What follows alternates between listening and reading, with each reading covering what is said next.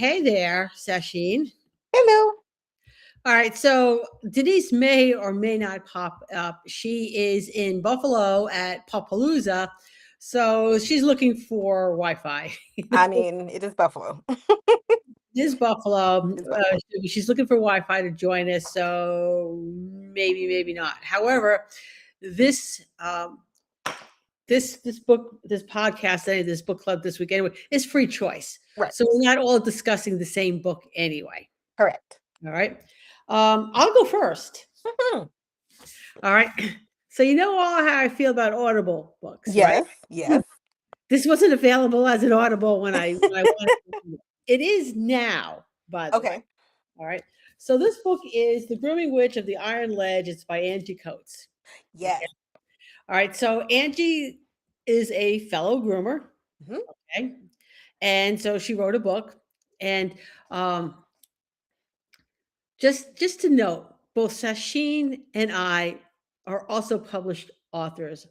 And part of the reason why I like to sometimes read a book is because I can watch the plot as it Yeah. unfolds. But I also like listening because sometimes you pick up things that are not registering as you're reading because they're actually background. Interesting. Okay. So I'm the opposite. I think I get more of the background when I'm reading. When I'm listening, I tend to tune the background out a little bit.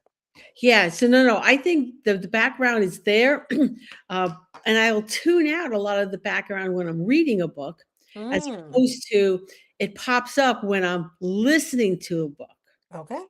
Okay, and I think doing that, I think it's important, especially if you're going to want to write, that you read. Yes. Everybody that I read who writes says the same thing. If Okay, you're going to write, you've got to read. all right. So I love this book. What's it about? Okay, so this is not precisely a cozy mystery. Okay. Not exactly, but it's sort of cozy mystery adjacent. Okay. All right. And it is written from the perspective of a dog groomer who's writing about being a dog groomer. Okay. All right. So the main character is a dog groomer. Okay. Now I've read books about where the character was a dog groomer, Mhm. and they're like, oh, they have no clue. Right. No, they have absolutely zero clue. So what was nice when I'm reading it, I'm like shaking my head, yes, because yeah, that's exactly what we do. Right. That Okay. makes sense. So so for one sense, if you are actually not a dog groomer and you want to learn a little bit more about it, this is a really good book. Okay. But the story is good. What's it about? Right? Okay, I'm getting to that. All right. I want to know. You know, I love the mystery. So what's it about? All right. So the main character is is a dog groomer who's also a witch who's also can talk to ghosts. Okay. All right. So there's ghosts in her building. And for those who know Angie, she has included G and Cricket in as doggy ghosts. Oh, I love doggy ghosts. So that I love that. I really love because I know Cricket, okay? Mm-hmm. But anyway, so a woman is killed outside of her grooming business, and she ends up as a ghost in the business. Okay. And she finds out that it was not an accident, Oh, okay. that she was indeed murdered. Murdered. Okay. So she also draws on her background as a former police officer. So she combines what I like at this. There's a lot of real things in the book, meaning Mm-hmm. real police procedure, Okay. former police officer, real procedure from a dog groomer, from a retired dog groomer. Okay. So all of the background and all of the background noise is actually very believable. Okay. Okay. Okay. Yeah. The story just simply follows her, and it's obviously going to be a series. Mm-hmm. Okay. Um, so the story follows along how she solves the murder of this woman. So she's not the ghost. She is solving the she's not the woman who got killed on outside the store. Yeah, that was just and sort of client adjacent as well. Okay, okay. Interesting. And so our main characters are Are okay. I'm not sure what Angie is calling herself in the book. All right. So the main character is the groomer, the groomer. Okay. who's the witch and who could see ghosts. Yep. Her assistant, Okay. some of her really good friends Okay. also happen to be witches. Of course. Okay. Uh, the murdered person, The ghost. Yeah. some of the ghosts that inhabit her grooming shop. Okay. So there's more than one. Oh, there's more than one. Okay. Okay. Her former police partner Okay. and a couple of other cops that she was close with. And of course, the killers. Obviously, yes. And obviously the killers. Right. Okay. Okay. And where does it take place? This one Is it takes place in Massachusetts, okay? but book two will take place in Florida, is what I'm guessing. Oh, nice. All right. So she's a traveling groomer. She just moved, she relocated. Got it. Okay. Okay. So, and another thing that I liked about what she did, again, now this is coming from the perspective of being within the pet industry. Right. Her book cover was Mm-hmm. designed by somebody in the pet industry. Oh, very cool. All right. So kind of keeping it, Yeah. and for those of you buy the book, pet groomers, I'm going to tell you, take a really close look at the scissors on the I was cover. gonna say, well, they look like scissors, but I can't quite tell, but they look like scissors. Oh, no, no, they are scissors, but there's some details on the scissors. Okay. All right. So pay attention to that. All right. So would you say that if you're not part of the pet grooming If industry that you're not part of the pet grooming industry, I think you're still going to enjoy the book. okay, Okay. okay. But you won't miss key things because you're not kind of in the loop. No, because she's like really clear with like the little things in there. Like with so like I said, I'm reading the book and I'm like shaking my head, yes. Right. Well, you're in the industry though. Because yes, it's like the little details that Yeah. really make her That make it real. That's they make that really make the story real. okay. What's the name of it again? The Grooming Witch of the Iron Ledge. The Grooming Witch of the Iron Ledge. Where does the iron so does Iron Ledge get explained? Yes. And Okay. I'm not gonna you You have to don't read have to. I was just curious. the book. All right. The Grooming Witch of the Iron Ledge. That's very cool. I like it. You know, I love a good mystery. So, So I like I said, I enjoyed the book and it is available on mhm. Audible now. Can you and hard copy from any bookseller? I got it off of Amazon. Okay. So probably Books by Choice or any of the rest of But them will here's have another thing I love about the book. it's Large backwards. large Oh, green large print. yes. Yes. I do appreciate that. I appreciate that Yeah. so much. Mhm. I have a book that I would really very much like to read, and I can't. I have to dig out my glasses. I have to go find a pair of glasses To dig out my glasses. in order to read the book, and Yeah. you know what? I'm sure they're somewhere, but they're not handy. Yeah, But I keep mine right here for that very reason. I get annoyed because I'm gonna sit down, I'm gonna read the book. I mean, I'll Right. pick up the book, I'll go over to the living room, sit down, open it up, and I don't know And what right. I can't see it. now I'm sitting down on the sofa. Mhm. And I wanna read and I can't I 'cause I wanna can't read see. and I can't.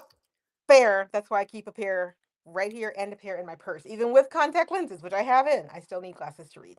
Yeah. So Okay. So what is your book, Sacheen? so I am actually rereading a series, Frankenstein, which is a reimagining of the original Mary Shelley by Dean Koontz.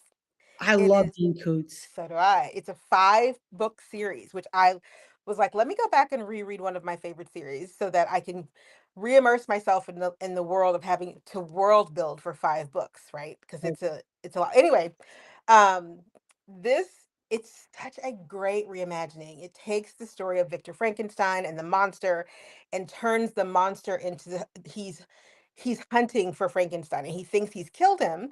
This book starts with him thinking he's killed him and getting a picture sent to him at a monastery that he's in Nepal with the picture of his maker who he thought he had killed.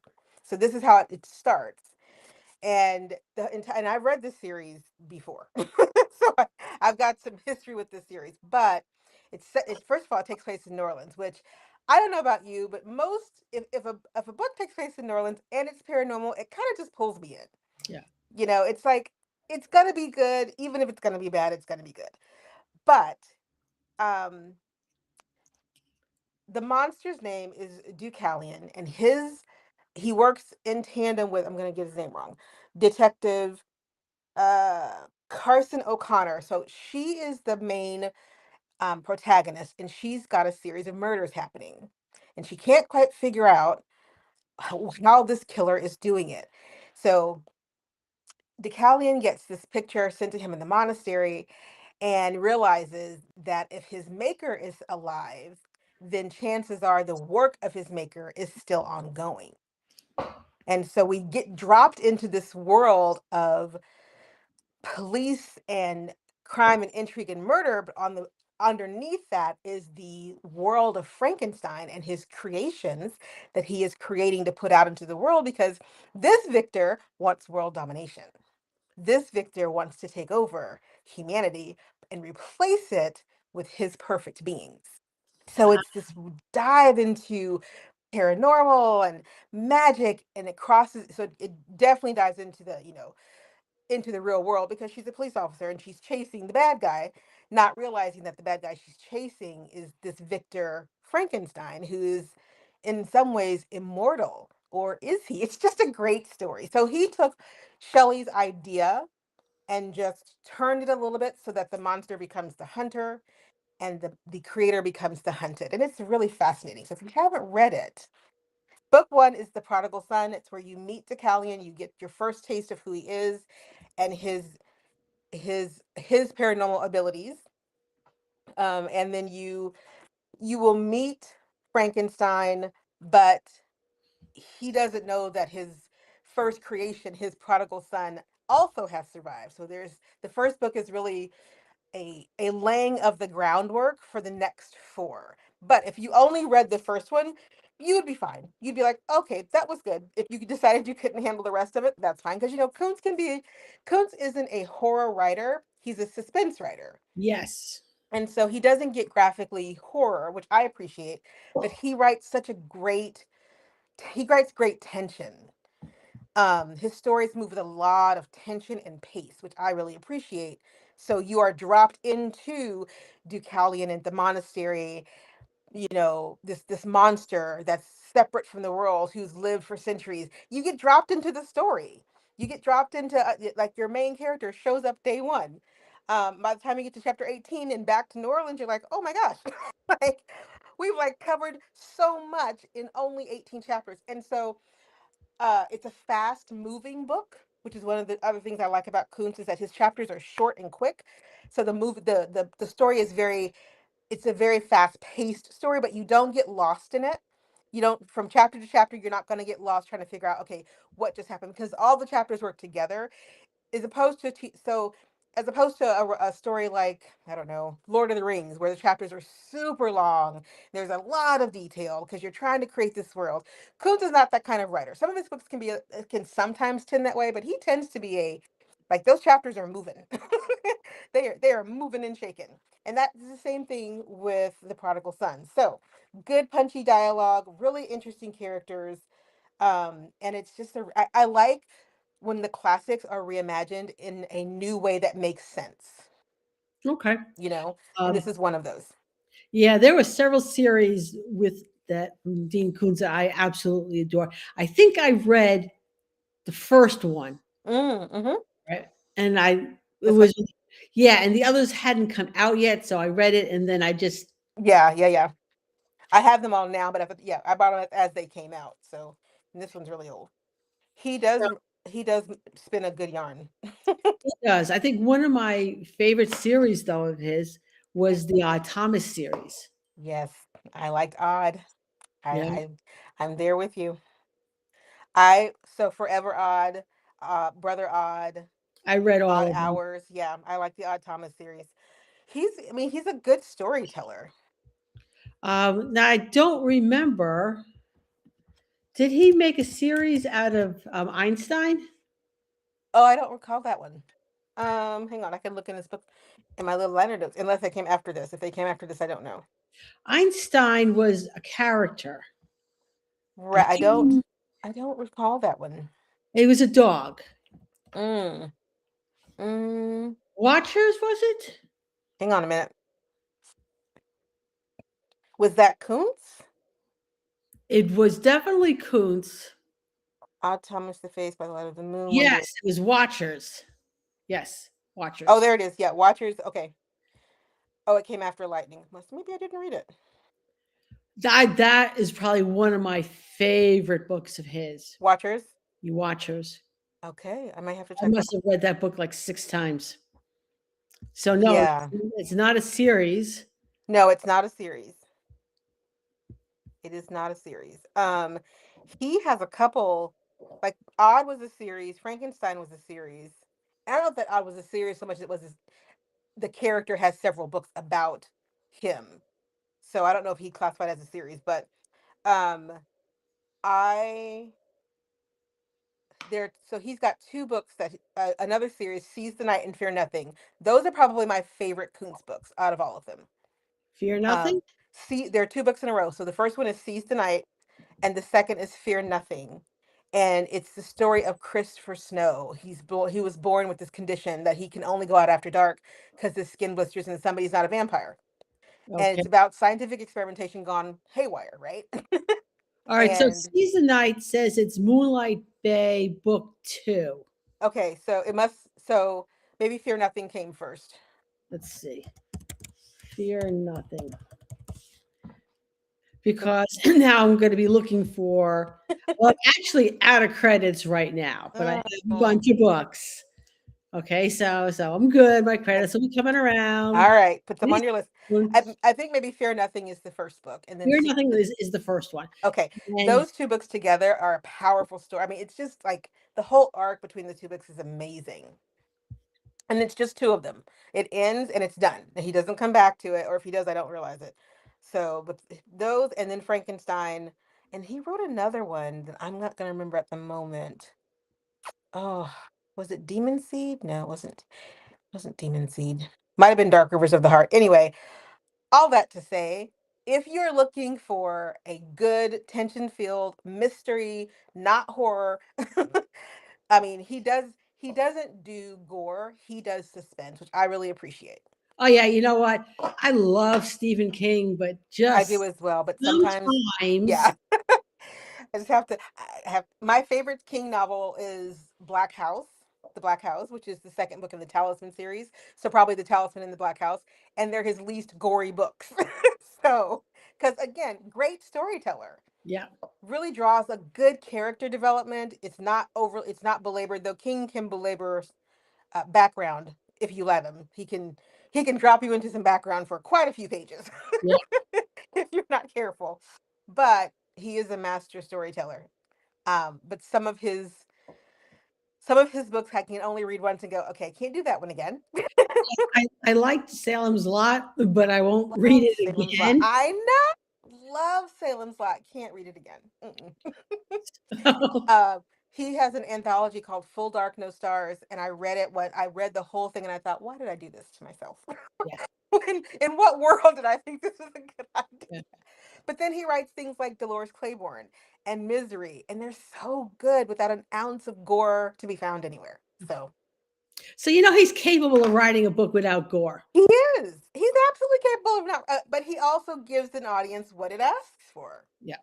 So I mean, I read the ones that are less gory, and if I don't know going into it, like Mr. Mercedes, I couldn't read. I was like, I can't do it. Like Christine was hard enough. I can't read another killer car. Oh my God. Yeah. Can't do it. Yeah. I couldn't. I think I started Christine, Mm-hmm. and then I'm not 100% certain that I generally will finish. For me, like to not finish a book, Mhm. it has to be I am just so grossed out that I Yeah. simply can't go any further, Mhm. or it's a real stupid story. Mhm. Or a terrifying story. I can do terrifying, stupid, and overly gory, Mhm. and I'm also not crazy about um, um, sex scenes that go too far. Agreed. Yeah, agreed. I mean, there's a time and a place for it. I'm not a prude. I get that. But I don't need 14 pages of this scene. Like, I don't need this much detail. Yeah, you know what? Maybe a little less detail. A little less detail. Yeah. Yeah, I can, there, it really depends on the author. But I can't do, some things terrify me. So there's a story that Stephen King wrote, and I'm going to forget which one it is. But the character it sits in a basement and literally drinks himself to the point where the yeast in the beer begins to take over his body. I couldn't finish that story because I have a aversion to things popping out of skin. So when we hit that point, I was like, and I'm done. Okay. I'm not finishing it. I don't care what happens next. But so when he writes about things popping through flesh, I can't do it. Or rats. I can't do rats. Can't do it. Okay. Okay. Can't do it. Can't handle rats eating other. Can't do it. I'll skip that story every time. So this is my pick for this week because I'm actually reading it right now. I just started again. I'm almost halfway through it actually. Yeah, and I'll be picking up book two because as both Mary and I are working on books at this point, Yep. I'm reading the kinds of books that I'm choosing to write. Okay. Yeah.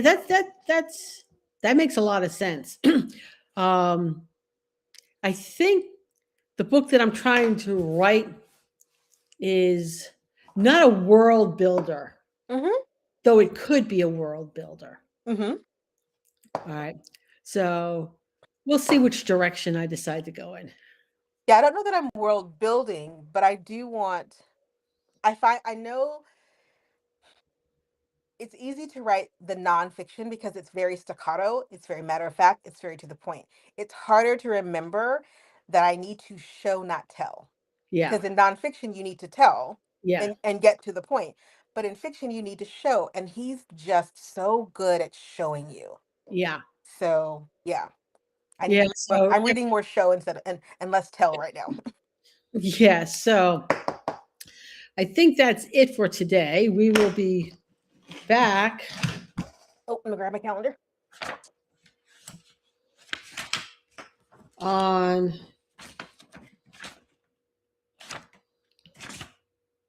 next week, Sunday. Yeah, because we moved over. We were Yeah, supposed because it to, was last week, because I was sick last week. yes. So we'll be next week. What is today? Are you sure I don't have anything for the 29th? Hold on a second. Are you in the right month? I don't have anything for next week. Today's the 29th. Oh, Yeah. today's 29th. Sorry, I need to move forward to April. I'm still in March. Okay, then I think you're probably right. Let me flip. Flipping forward to the 5th. Yes, you are correct. And that And is Mel Robbins, correct? that's Mel Robbins. Let them, let me. Okay. All right. Yep, I got that. And that's a book we have all read, and Yes. we will hash that out. Yes. All right. So we will see everybody next week. Bye.